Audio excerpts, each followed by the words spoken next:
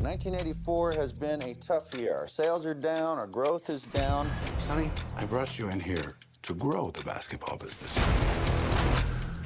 People don't know what the hell a Nike is. This movie is about a lot of different things that I kind of connected to on parallel levels all at once. Matt Damon and I had been planning on starting a new company, ended up calling it Artist Equity, that was really designed around rewarding and compensating artists in front of and behind the camera in a different way and making films differently that would be more conducive to doing the kind of work we wanted to do. And then I got this story, this script about a company that eventually made the decision to change the way it both compensated an athlete, in this case, probably the greatest athlete in modern history or greatest competitor for at least, and also the way it connected him and his identity to what they were selling. And it was really inspiring. I was concerned because I wanted to make sure that it did justice to the story because Michael Jordan is such an important cultural figure. It's a story about dreaming and dreams.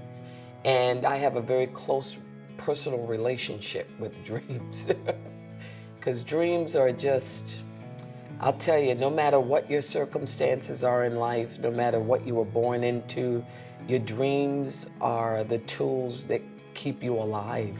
And I'm always interested in people who have the most outrageous dreams, who really think outside of the box, and they go for it, and it lands. I compare that to magic.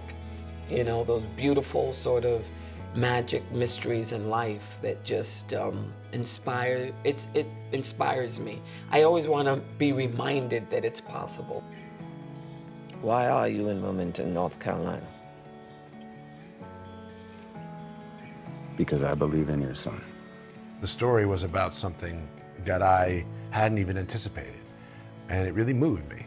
It moved me to think of being a young person and trying to make your way in the world, perhaps from a marginalized community, and feeling as though you were taking this giant leap from your high school to college to all of a sudden being thrust in front of the whole world. I thought that young man, all those young men, would have to, and young women, would have to rely on parents that were really meaningful and important. And I thought, no one loves you more than your mother. So I realized that that was really the protagonist of the story, that the hero of this story would be Deloris Jordan, and that she would be emblematic of many, many mothers who have done this kind of work and sacrifice and this kind of dedication. Michael Jordan did request that I play his mom. And at first, in the past, I was always so offended by that. And then I went to Africa. And I found out that mother is actually a very, probably the deepest honor you can give to someone, because they would all call me mother. So it's deeply honoring. I'm deeply honored to play his mom, and especially when I see the kind of woman that she is, which is something that strikes me as very, very, very unique. So I'm flattered that someone like Michael Jordan would see me as someone like that. I see her as someone who moves through life at a different speed than everybody else. You could see people running into walls, maybe tripping over themselves, maybe doubting their purpose and their vision and their decisions. And I see Deloris walking that straight Zen path of understanding exactly who she is, exactly what her purpose is. What I have to offer here is respect and homage and appreciation for Deloris Jordan and women like her, and for her son, who somehow managed to seek and capture that incredibly elusive and rare magical genius that we all are so fascinated by and moved by.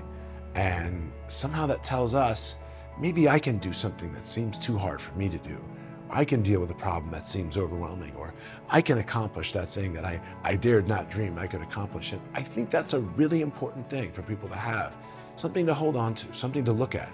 And I wanted the movie to feel like that. I wanted to make a story that was hopeful, that moved people, but I wanted to make people feel good and feel as though they could be better and the world could be better and think great things can happen.